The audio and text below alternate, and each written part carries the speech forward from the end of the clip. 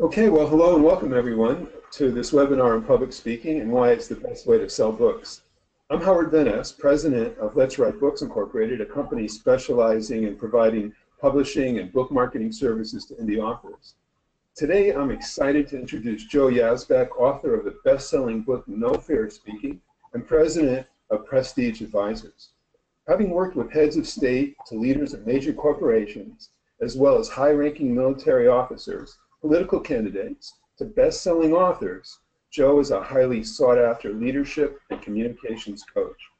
Government and business leaders around the world seek out his counsel and company services at critical times for PR, strategic direction, media training, winning a political campaign, or simply recovering from a loss of confidence. I've personally known Joe Yazbeck for many years, and in fact, we share many clients together. I also worked on his best-selling book, No Fair Speaking. He's got great information to share with us today. Joe, welcome. It's great to have you here. Thank you very much, Howard. I'm glad to be on this webinar, and I'm happy to help and in any way that is needed for our authors to get their books sold, and also to help to understand what it takes to become a confident, comfortable speaker to make that happen. That's great, Joe. Before we move on, can you tell us a little bit more about Prestige Advisors? Prestige Leadership Advisors is an organization dedicated to working with business and community leaders, individuals who are professionals that want to become leaders in their industry. We advise and we develop ethical, competent, and productive leaders who then become powerful communicators so they can improve the world in which they live and work. And so public speaking is a major part of what we deliver at our company. And so as you know, Howard, you and I have been working together for a number of years. We've, again, as you said, shared clients. And I have to tell you that there are not a lot of very competent leaders in the publishing business, but I have to tell you, Howard, you do a fantastic job, and I've always appreciated and been grateful with the work that you've done to help my clients succeed. Not an easy thing to do in a media-based world today, but you've done a great job, and I appreciate that. So Thank you. I want to say something to our listeners today. You know, I'm going to be covering some areas. I want this to become a very informal conversation.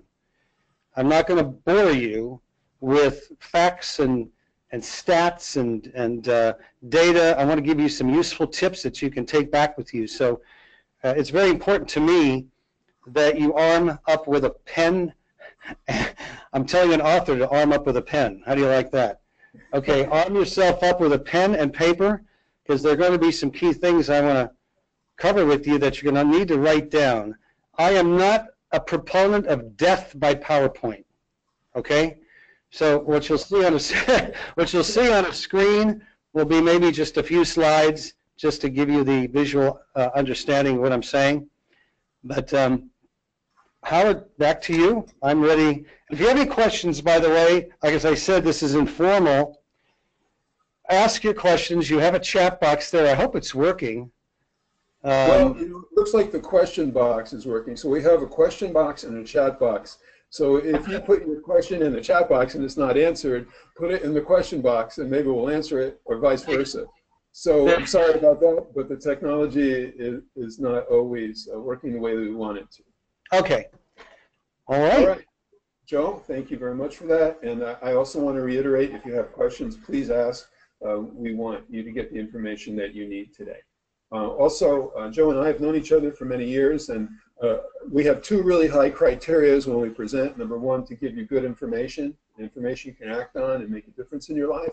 And then secondly, as Joe pointed out, we tend to be informal, and we might kid around a little bit. So enjoy yourself, and we're going to get started now. Thank you. So here's what we'll be covering today: why public speaking is the best and easiest way to sell books. Okay, that's not me. That's not me in that picture. Okay. Is it one of your relatives, though? That's the question. Oh, okay. The same barber. Continue. Why public speaking is the best and easiest way to sell books. 5 easy yet powerful ways to feel comfortable in front of any audience. The secrets for instantly connecting with your audience and making them light up. How to sell more books. and products or services when you speak, how to motivate your audience and get them to take action, how to turn presentations into a lead generation bonanza, and finally, easy ways to get started speaking and get paid for it. So Joe, let's start with the first one. Why is public speaking one of the best and easiest ways to sell books? Okay, first of all, I want to tell you something about this word public relations, because public relations today is a subject that one must understand. It's not the same as marketing, and it's not the same as sales. Public relations has to do with your ability to communicate messages to your intended audience in a way that will raise trust, confidence, and agreement with your purpose of what you're communicating.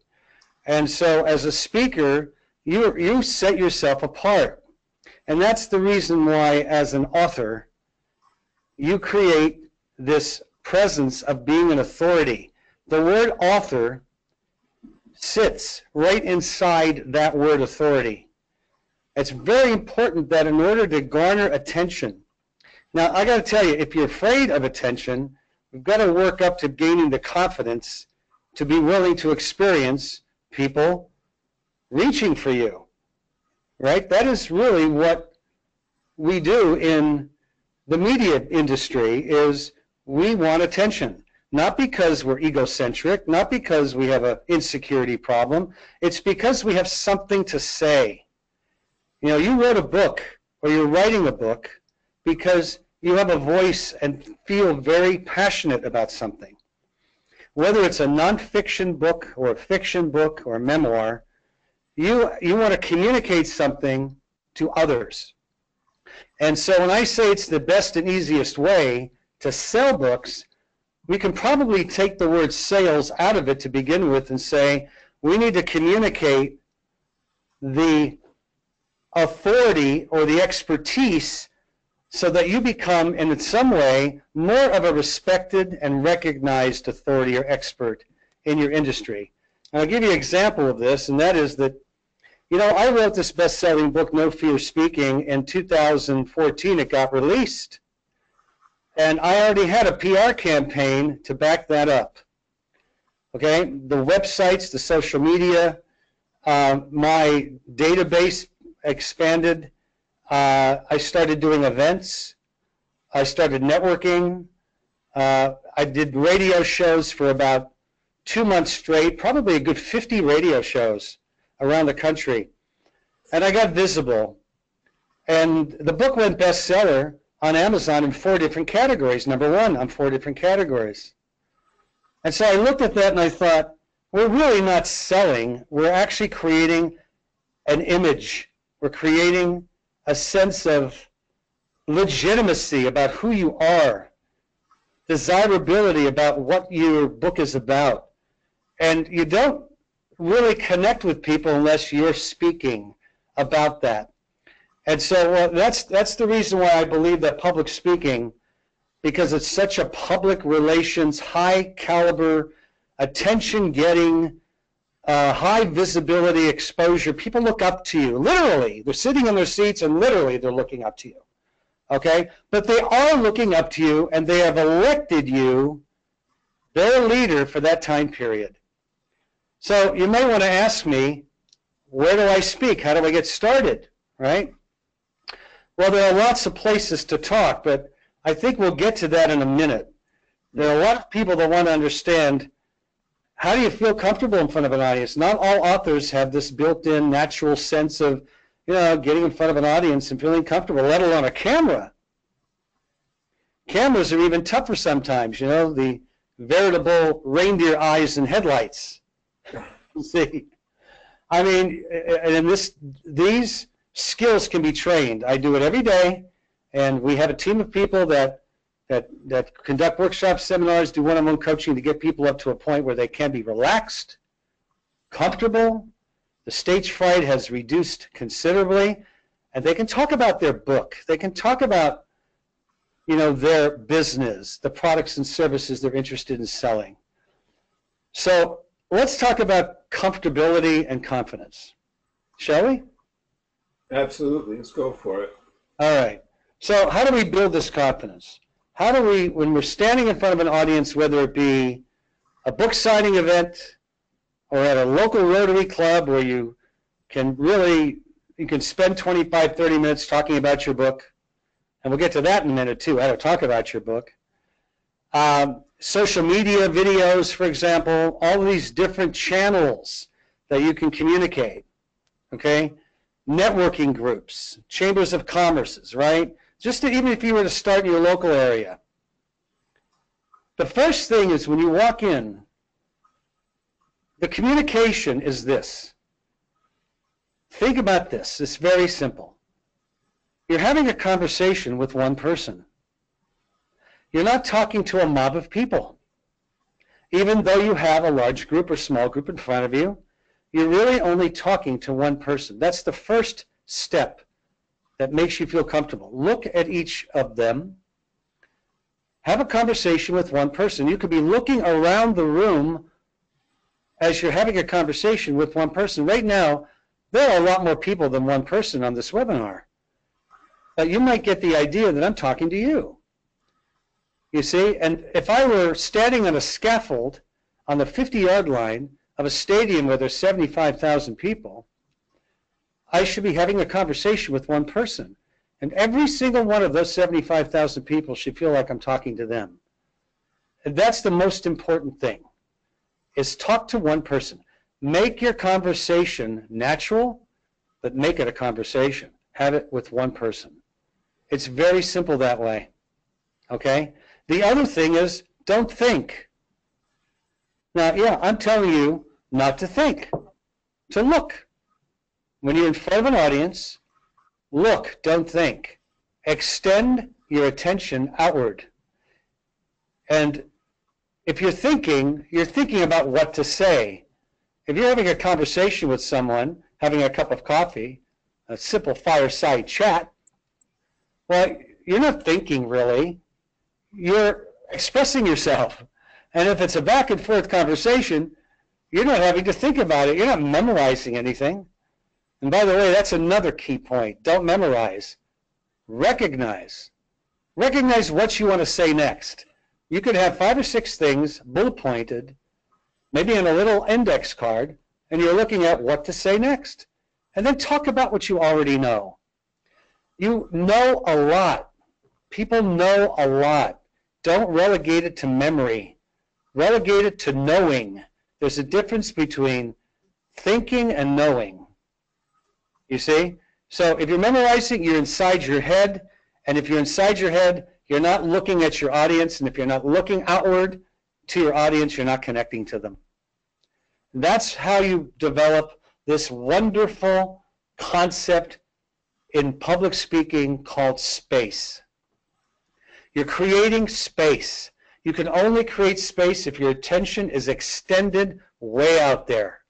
Therefore, if it's extended way out there, then you're including everyone in your space. You see? Therefore, they feel like they're talking, or they're listening to you talking to them. Now they have a conversationalist and a communicator talking to them, including them in their space. You see? Now, we just talked about a few things here. Look, don't think, don't memorize, create space, talk to one person. But I have to tell you, you know, the old Boy Scout slogan, the best way to feel comfortable is being prepared. Know your outline. Create an outline. Prepare your outline. You don't have to write out your speech. That's the worst thing in the world. If you're writing it out, then you're going to have to memorize the speech, and that's not going to work. I really advocate unscripted presentations. Just know what you're going to talk about next, and then talk about it. And you know, you can literally practice a presentation in a camera, you know, right in front of a camera. I would not practice a presentation in the mirror. I'm very much against that because a mirror is very introverting. You're looking at yourself while you're speaking. I would look at a camera and like the drill in camera coaching is think of the camera, look at the camera as one person. You're looking at the lens and it's an individual. It's the buyer of your book. you see, and then make your presentation. But you're talking to one person. So the last thing I have to tell you about being comfortable, and people love this. They love this because it puts them at ease. The audience is put at ease, and it also puts the speaker at ease, Howard. And that is, my goodness, don't go just giving data and information. You're talking about your book, you see? And your book should you should have a personal story, you see? Your personal story about what inspired you to write this book, right? What influenced you on this subject? Why you? Get personal. That's key, because people will connect to you. And not only that, but it gives you credibility. And that's something you always want to build throughout a presentation. You're an author of material in a book. Don't go reading your book. Find very key areas that you would like to read from your book that supports a point that you're making, because that's what gives it credibility. And don't give them too much data out of your book. Tease them into buying the book for the rest of it. I love those little teasers. You see? When you're speaking, give them a little bit and say, the rest of it is on page 165 and you'll have to buy the book. And they'll laugh. And they'll know what you're doing, because it is a marketing teaser and they know that. Don't give away the farm. Give them enough. You know, you read these books, sometimes self-help books particularly. There's 5 specific reasons why marriages fail within the first year. And you'll find the answers in chapter 3 of this book. Go buy it now. That's a mystery. And people love that, and they'll buy it. Don't give away the farm. Don't tell them too much of the material in the book. Give them enough of the story of it. Give them enough of the reading of it to give them a sense that it reads very well. But essentially, those are some of the 5 or 6 different ways you can feel comfortable in front of any audience. Joe, I'd like to piggyback on what you were saying there. What you were talking about in the beginning is talking to an individual is about connecting with people and being authentic. And I think that some writers, not all writers, but some writers tend to be more on the introverted side. And when you're on the introverted side, you tend to be a little bit more protective of yourself and not reveal what connects you to others. So the idea that you're authentic when you're connecting with an individual and an audience goes a long, long way. So the more we can reveal ourselves, and this also goes to what you're saying about data and facts and figures, if we can put that stuff aside and reveal what's inside of you, then you're going to connect deeply with your audience. I can't agree with you more, and I have to tell you, listen, I have to tell you, authors, an audience wants to know about the author. Absolutely. They do. They want to know who you are. Yep. And you have to, as an author, really have this sense that it's not a conceited, egocentric thing that you're important. Of course you're important. You're important because you wrote something valuable. You wrote a novel, or you wrote a nonfiction, you wrote how-to on something. You have the experience and the depth of wisdom, and they want to know, from where did this come from? So when you stand up in front of an audience, you know, you don't have to be a high-powered speaker or executive type, unleashed personality to connect to an audience. No, be yourself. Well said. Be yourself, because everybody else is taken. So, Joe, before we move on, if I can put you on the spot a little bit here for a moment. Sure. You know, we talk about authority and being an expert. And, you know, one of the easiest ways and best ways in the world to get authority is to have a book. And it really almost doesn't even matter what you've written, whether it be a memoir or a book on how to make a sale, or, you know, it's a children's book. Whatever book you have makes you authority. Why is that? Why do we have this equivalence in our mind that somebody's written a book and that makes them an authority? There's agreement on it. That's as simple as that. People agree. I mean, you see somebody giving a commercial, and he becomes an instant celebrity locally because they saw him on a commercial. You are visible. You're visible to the public.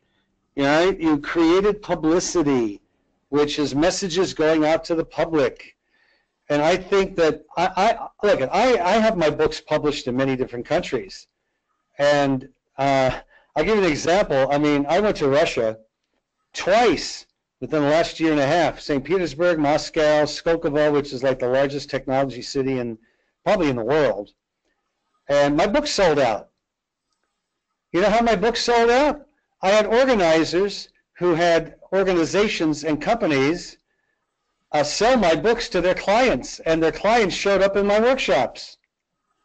And you know what? That was far better for me rather than have them sent to bookstores, because I would have never gotten their names and contact information to follow up. Right. You know, same thing happened in Budapest. I was in Budapest twice between 2015 and 2016. And I thought, here I am standing in front of all these people, and I had a lot of events I did. Okay, I'm not telling all of you who are listening, you've got to go standing up and giving workshops and seminars, but I will get to this in a minute. What is your call to action of your book? Maybe you should. Maybe you'll move your audience to say, I'm going to be delivering a seminar on such and such, which is involved in my book. If you'd like to come, well, you can sell your books at your own workshops. You can sell your books at your own events. I love that, far better than even bookstores, right? Because they are involved, they're excited, and they buy the book, and they go home, and that book gets read by more than 1 or 2 or 3 people, believe me. I have to tell you, particularly in European countries. In Mexico, and I've got a book in 8 languages, Spanish, Russian, Hungarian, Czech, Slovakian, German, and Chinese. And Slovakia, I have a publisher in Slovakia, and that publisher sold out the entire stock the first run at my events. Now, I give events. I have organizers, I have translators. I'm probably a little different than what you are going to be doing, okay? But my books are all in Carlos Slim's bookstores in Mexico. Carlos Slim, the world's richest man. I don't know, he's a multi-billionaire. The bookstores in Mexico are called Sanborns. And I've got maybe 200 bookstores that my books are in. I'm not thrilled about it. In a way, I'm getting money, I'm getting paid. But in the United States, it's a little different. You see, because I would much prefer that my books are sold in ways where I can capture the contact information to follow up. This is an age of connection and communication. It's an age of digital marketing, e-commerce, you see, because I want to follow up and communicate more to what my book buyer is interested in. Remember, a book is like a presentation. It follows the laws of presentation. It opens, it has a middle, and it has an end. But the ending of a presentation should always have a call to action. What are you calling them to take action to do? And so when you write a book, even if it's a novel, you should have a section in the back of the book that says something like next action steps or further study. Even if it's a novel about a specific theme, maybe your theme is about domestic abuse. Maybe your theme is about dishonesty in business or government political corruption. Well, there's a call to action there that drives your reader, because they're interested in that theme, to maybe a coalition or an association that you can even start, and you start collecting lots of people as a coalition. And then what you can do, they call these writers cartels, right? You have other people that have written on those subjects that become part of your association. Now, you have really created a coalition or a cartel of writers and a coalition of readers for a theme. That's if you're fiction, that is, you see? But it's all about the theme. Nonfiction, even more so. Even more so. I have a client who is the largest dental practice in Texas. He was accused falsely of Medicaid corruption, right? He was falsely accused of Medicaid abuse, and he fought. He came to me because he needed to speak in the courts. This man took public speaking to a whole new level. He was shy, he was introverted, and I did public speaking skills over Skype with him. Within 6 weeks, he had to go to court, and he nailed it, right? And he found out there were 2 people in the Medicaid department that were absconding funds, right? And they were facing criminal charges as a result. I immediately told this doctor to go to the press, tell them what happened, and create a coalition so this doesn't happen to dentists again. He formed the Medicaid Texas Reform Association, Dental Reform Association, and within 3 months, he had over 3,500 dentists involved. Guess what he did? He opened up 3 more dental practices with dentists that came under his wing. Then I asked him, are you ready to write a book? Because you have to expose this. And he wrote the book. He wrote a book exposing this political corruption. And guess what the title was? I woke up 3 o'clock in the morning, Howard, and the title of this book, and you know the title of this book is you did all the publishing work on it. The title of the book is Truth Decay. Truth Decay, how a South Texas dentist exposed political corruption and won, and what you can do if it happens to you. But that's what a book does. You know what? Yeah. Say the title again, Joe. Truth Decay. A great title. Isn't that a great title? Yeah, right? It really is, yeah. I mean, you know, you're talking about political corruption, but what you're doing here is you're moving people, you're inspiring people, and they'll get on board. You have to communicate, ladies and gentlemen. You have to be a speaker.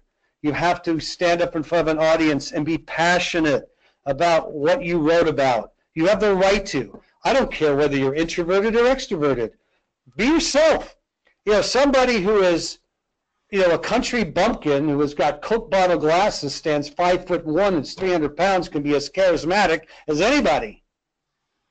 That person can be as charismatic. It doesn't matter. It's your passion and it's your purpose. It's the inspiration that you bring to people. You see? Well, we have any questions so far? You know, we do not. And if I want to encourage people who are listening, if you do have any questions, please send them over so Joe can answer them for you. All right, why don't we do this? Why don't we go, there's a slide called the 3 Essential Connections. Why don't we go to that slide? I'd like to show people, there you go. No, not that one, the first one that you had. The APP, it's slide 5 or 4. This one is the 3 Essential. Oh, there you go, I'm sorry, you're absolutely right. We'll go to that one. Okay, we'll go to that one. That's right, you're absolutely right. You know, these are really important connections to think of when you are, for example, if you're at a book signing, you're connecting with one individual. I always look at each book signer. I had to sign 700 books in an afternoon in Budapest because the very first event that I came to was 700 people. I don't know if I had carpal tunnel or just forgot I had a right hand. But I signed every one of them, and I had to look at each individual and thank that person for accepting my book. Eye contact. So the very first connection is speaker connected to their own message. You have to feel confident and believe in your own message. It's much like a singer connected to their own lyrics of what they wrote. There's nothing more boring and flat than a singer who's not connected to their own lyrics because there's no emotion coming through. Now, once you're connected to your own message, are you connected to your audience? Now, how do you connect to an audience? You know what I like to do? I like to meet, if it's a small enough group, I like to meet them before I go up and speak. I mean, I'm a social circulator, I got to tell you. There might be 100 people in the room, and I'm walking through the aisles. You know, I'm going to shake their hand, look at them, say hello. I want to get a sense of who they are, you know, that kind of thing. I want to admire something about that audience. I'm connected to an audience because I admire something about them. I appreciate, I'm looking at them, and I'm looking at them with very strong interest. You see? The next is the message connected to the audience. How can you connect your message to your audience if you're not connected to your message and you're not connected to your audience? It's so much easier. They will get it. Know that what you're saying about your book and about what you're writing about has truth to it. It has values and virtues and principles that people will embrace. Because if you're embracing those and you're connected to your message, not just trying to get through your speech, don't just go through the robotic steps of getting through your speech without ums or ahs. Just be natural. You're having a cup of tea with one person, happens to be 30 or 40 in the audience, and be genuine. Be authentic. Authentic is expressive. A synthetic speaker is somebody trying to impress. You're not going to fool an audience. You see? These are how you connect. You know, when you're trying to be natural, you're trying to be natural, it looks like you're trying to be natural and it comes off artificial. Just be yourself. You see? Open up your space, look around the room, and be honest. Say, you know, I wrote this book because I really wanted to change something in the world. And I really feel like my purpose for writing, and write out your purpose, by the way. Write it out. My purpose for writing this book is to help people. It's to help people see some of the trials and tribulations of what we go through. You know, and life after loss is a very difficult thing. And I wrote this book because I had continuous deaths in my family. And I wanted to give people a sense of what it means to be really resilient. You think people are not going to connect to that? People are going to connect to that. It doesn't matter what your purpose is, if it's real and your emotion is connected and it's expressed outwardly, they're going to love you for that. And they're going to look at you as somebody who's real and authentic, you know, and somebody that deserves to be heard. Your voice needs to be heard. That's the passion and the purpose behind the author that needs to come through to your audience. That's what that is. Howard, any questions? Or am I answering them all? You know, Joe, and from my perspective, anyways, there's no questions coming in. I think you're doing great. I'm learning from listening to you today, and you're an inspiration. So keep on the roll. All right, let's get into some practical stuff here then, okay? Absolutely. How do you sell your books? How can you sell? You can sell your books at book signings. You can create them. You can go anywhere and do a book signing.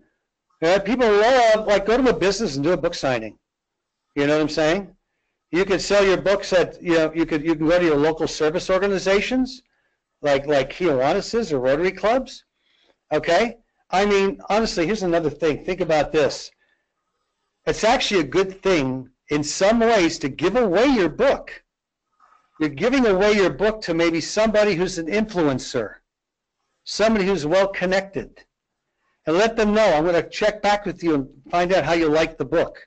And who do you think would like this book? And soon enough, you know, you might be stepping in front of an audience that this person would love to give you because you just gave them a book. And that book will actually circulate around. It did for me, you see. I'm a proponent of using social media, and I have to tell you, if you have any sense of comfort in front of a camera, that's your smartphone.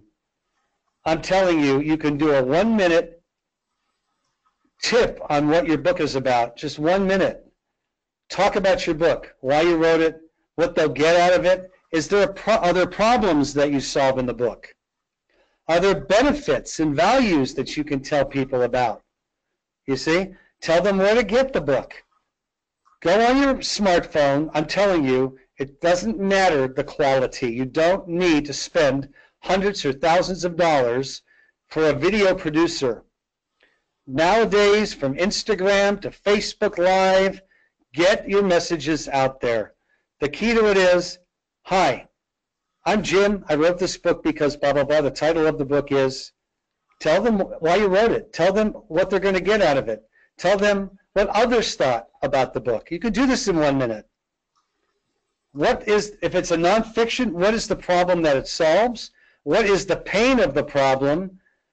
And what is the consequence if you do nothing about it? That's a really key one, by the way.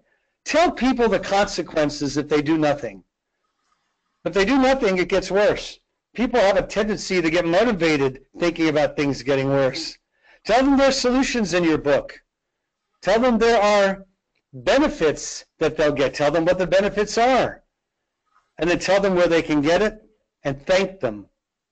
You see, that's a 1 to 2 minute commercial. And you can do those as often as you want. You see, but social media is a fan base accumulator, and you need to do that. Get involved. Make sure your Facebook site, if you're in business, if you're a business owner, that your LinkedIn has at least 6 or 7 different types of commercials with different problems you're solving, and your drip, it's called a drip campaign in media. You're dripping out a video every week, maybe 2 a week, you know, and you can circulate them that way. Go to your networking groups. You know, go to your networking groups and tell them you're an author and you've written a book. Hopefully you're a best-selling author. I can tell you right now, if you want to be a best-selling author, get with Howard, and he will introduce you to the Amazon marketing strategy. Because a number of my clients went bestseller off of his program. It's exceptional. Networking groups, business associations. If your book has anything to do with making more money or improving efficiency or something to do with business, find out the directories of the local associations of business and set yourself up as a speaker. You don't even have to be standing up. Sit down at a conference table and do a lunch and learn or a meet and greet. Get busy. Find out where they are and go there. You see?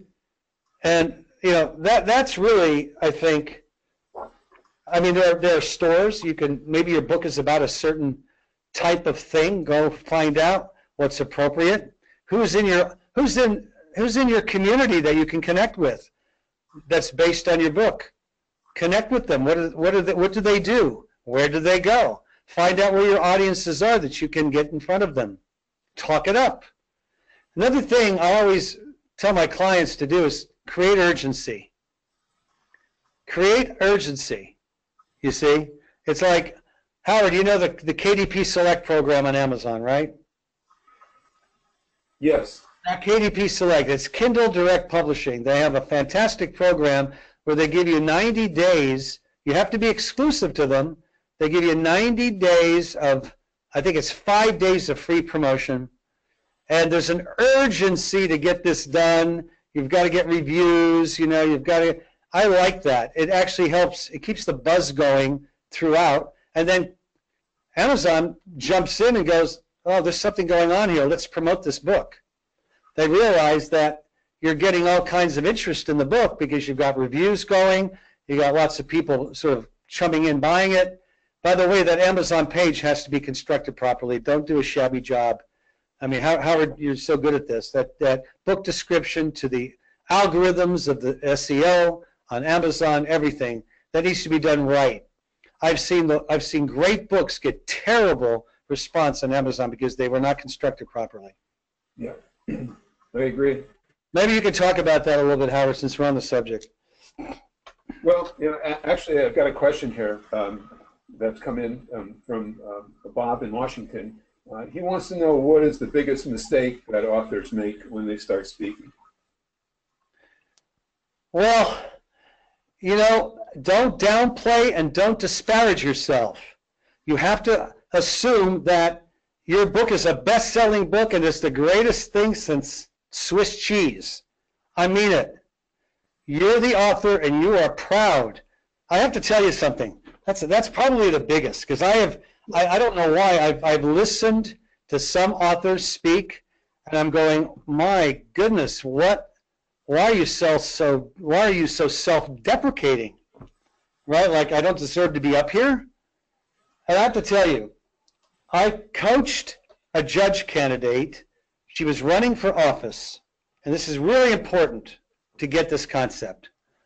And she made it, but there was a turning point, and I said, Kathy, Don't talk like you're trying to become a judge. Communicate like you're the judge. Okay? And she did her speaking engagements trying to get votes and so forth, and it completely turned everything around.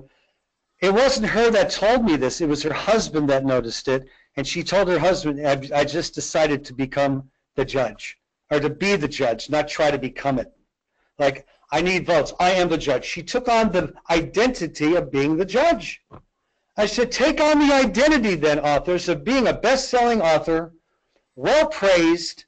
Your book is awesome. It's the identity you show up with that makes people really inspired to read it. That's Absolutely. The biggest mistake. Absolutely.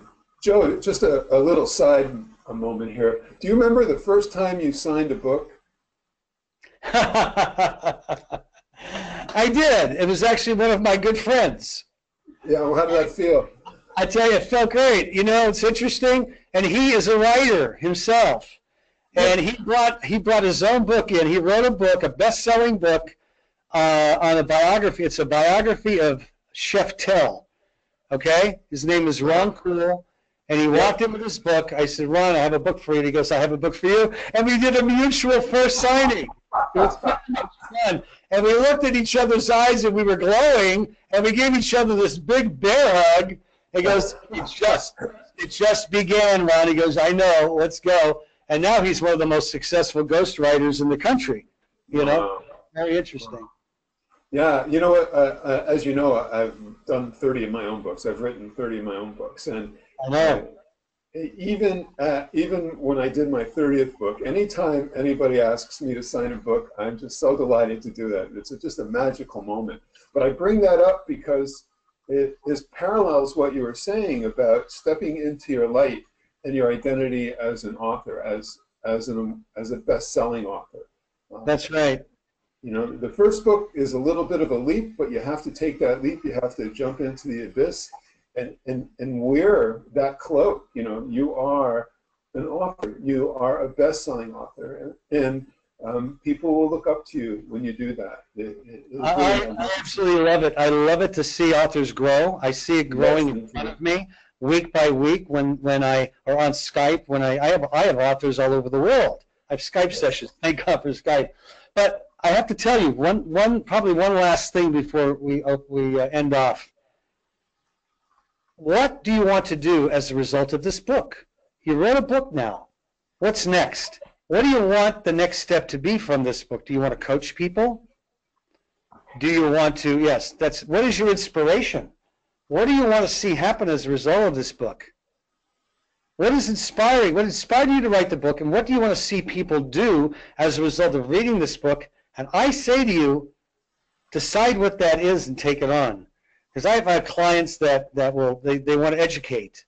They want to hold a nonprofit organization that will drive people, their book readers, move your readers into something. They'll feel more than just reading the book. A lot of readers feel compelled, they want to do something. Have a toll-free number to call in. I'm always open to my readers. Sometimes they go, oh my God, Mr. Yazbeck, hi. Oh, well, you know, they get very verklempt, overwhelmed, I just want to know how you're doing on the book. I can't believe you're calling me. Oh my goodness. Well, I just want to make sure you're getting everything you need out of the book. You're having a good time on it. Have you been applying it? Blah, blah, blah, blah, blah. That's a quality control point from me, and it keeps me connected to my audience. I learn a lot from my readers. I do. I learn a lot about what should go into the next book as well. Joe, I have another question here from Jeff. He asks, how do you feel about creating a meet and greet atmosphere for a book event rather than a more formal feel where the author is at a podium or a table and the audience is separated? I love it. I think it's more social. People feel more comfortable. You know, you can do a wine and cheese or non-alcoholic, whatever you want. Make sure it's in a place where people are relaxed. But I always say this, whatever you're going to do to promote your book, make sure you're videoing everything. Video everything. I mean, you could even have people interviewed, have a little booth, If you have to invest in a banner with your book on it, invest in a banner. Your banner sits behind the speaker who's talking about your book. They love the book. Tell me, and you want to be able to use publicity and PR to take advantage of any event. You can hold meet and greets every 2 weeks on something. You can create some kind of coalition group if you wanted to. You see? You can call it the name of your book club, the No Fear Speaking Club, okay? Or you can call it whatever the title is of your book, club. What do we do with this? Well, we solve problems, we share wins and successful actions, you know, and you can even organize it, and all of a sudden this thing gets big. And now everybody becomes a brand ambassador for your book. How do you like that? Yeah, and you know what, to add to that, you know, the idea, if you're meeting with a group every couple of weeks and having these small intimate meetings and taking some video, you can post that on social media. Exactly. Everything gets posted on social media. It's piggyback marketing, ladies and gentlemen. Well, you know, you do an event, you record the event, and you send it out. Look, this is simple. Your communication must have 3 different types in alignment with each other, 3 things in alignment. Your communication going out to the public. The correct message, going on the correct channel to the correct audience. Just think of that. Correct message on the correct channel, going to the correct audience. Okay? Know your audience. Know who they are. What do they want to know? Okay? And note that message needs to be constructed to them, and you need to have the right channel. Like, I wouldn't send a business-oriented message to Facebook because it's more B2C. Although there is business Facebook, but it's more business to consumer. LinkedIn, on the other hand, wants to see that video or that message or that quote or that article about your book or that testimonial about your book. Send it out often to LinkedIn. You see? Or YouTube. You've got a video, you got your own channel. You got your own YouTube station. Great. You know, it's connected to Google. Get those videos out. Right? The correct message on the correct channel going to the right audience. Just remember those 3 things. And do it with impact. Don't get sloppy. Don't get lazy. Be an impactful communicator. What will this do for you? What's the benefit for you? What problem does this solve? Get the book now, and may you never be the same again. That's impact, right? Create an impact message that hits the target, wakes them up, and goes, oh, interesting. And then put some testimonials or little quotes there about what other people have said about your book. You can pull your book reviews off of Amazon if you want, you know, and use those, you know, cut and paste them. There you go. Promotion. Joe, I love your passion. There you go. Thank you. I love your passion and the information that you share. And I have another question from Susan from Texas. Okay. She's just getting started with speaking, but she has the aspiration of wanting to get paid eventually to speak. Can you talk a little bit about how you build the bridge into getting paid for speaking? You have to build a platform, and you have to start building a little platform. What I mean by that is people need to know that you're legitimate. People aren't going to pay you unless they know you're legitimate. It's creating that legitimacy. It's creating that desirability and that, what I would call cachet, if you will, or gravitas a little bit. Put a landing page together. Create a little website, but make sure it's high quality. Make sure if you're giving presentations, if you're giving them away for free to start, then get testimonials. Make sure they're really good, okay? But start out with what I call a media or press kit. You know, it's generating good PR for you. And when people go, and you can do your own video, and they get to see how you speak. So I would say, bring a video producer on. You're gonna need to get paid. You have to put a little money out. Pay a video producer to show up, and you're going to give your best presentation. He'll edit it. You put that on your website. They get to see you. It's not enough to hear you. They want to see you speak. Now you've got yourself your website becomes in some way a press kit. Okay, and then you can start sending out videos and links to that, requesting, a meeting with them, depending on what your topics are. That's how you build it, you see, and you just start showing up anywhere to speak when you're just starting. And that's the best way to know how to really correct and evolve your craft of speaking, is to speak as often as you can. You see, to have in front of you many different types of audiences. Okay? Joe, thank you. That's a great answer. And we're coming to the end of our hour. And if somebody wants to get in touch with you or would like a complimentary session, what do they need to do? Well, they could call me. They could call my office, actually. They may not reach me directly. I hope that they would, but that they can leave a message. Or they can go to my website. This is a better way. Go to the website at nofearspeaking.com, and there are opt-in forms. And there's a contact page that you can leave your contact information, and I'd be happy to do a coaching session or a critique and help you. Maybe there's some areas you want some help with. Maybe it's preparation or organizing your presentation so it has a better outline.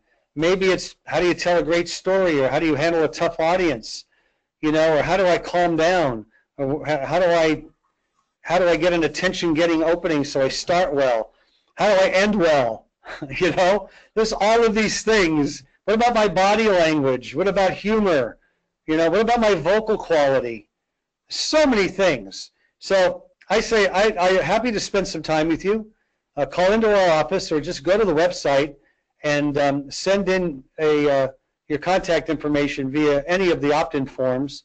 And by the way, if you go to the website today, you have a free No Fear speaking tips. There's 30 of them. 30 No Fear speaking tips. You can download it for free. Just put your name and your email address in there, and we can do it that way. And then you can also go to the contact page and request a coaching session. That's great, Joe. Okay? That's very generous of you. Also, you can see Joe's book here on the left-hand side of the screen, and this is available on Amazon. This is a great book. A lot of the things that Joe talked about today are in there. It's very clear, accessible, easy to follow, and a great book. There's a lot of it's well worth 1,000 times what you'll pay for it if you want to speak. So I encourage you to get a copy of Joe's book available. It's an audio. You have an audio book too. I have an audio book. I have the book and the e-book, and a quick reference guide as well, and you'll see that on the website. And I have the book available in 8 languages. I have to tell you one more thing, Howard, and that is this. If you're serious about getting your book out there in a big way, and you want to speak, it will take some training. I'm not pitching training here. I'd like you to just read the book right now. But any of you who have a serious, a passion about making this happen for yourself, and maybe even if it becomes a career transition for you, I'd love to have a chat with you. Okay, because there's nothing more purposeful than being an author and a speaker, motivating and inspiring people to take positive action. It's great. Joe, once again, I want to thank you for the great information you shared today. It's really inspiring. If you're on this webinar and you're wanting to get your book done, or you're wanting to find out a little bit more about book marketing, please feel free to reach out to me at letswritebooks.net, and I'd be glad to speak with you as well. So, and Howard is so easy to work with. He is so easy, and he's so professional. Honestly, it's amazing. Thank you so much. Welcome. Likewise. Joe, any final thoughts before we leave? Yes, don't hold back. You owe it to yourself to make this dream come true. Make it come true. You have a team. If you'd like to reach out, we can help you. We can support you. We can assist you. We can guide you, mentor you, coach you. Everybody needs a team for success. Reach out. Okay? Yeah. All right. All right, Joe. Well, thank you. And thank you, everybody, for being on the call today. We really appreciate you being here. And feel free to reach out to either Joe or myself if you have any further questions. Good night, everyone. Good night.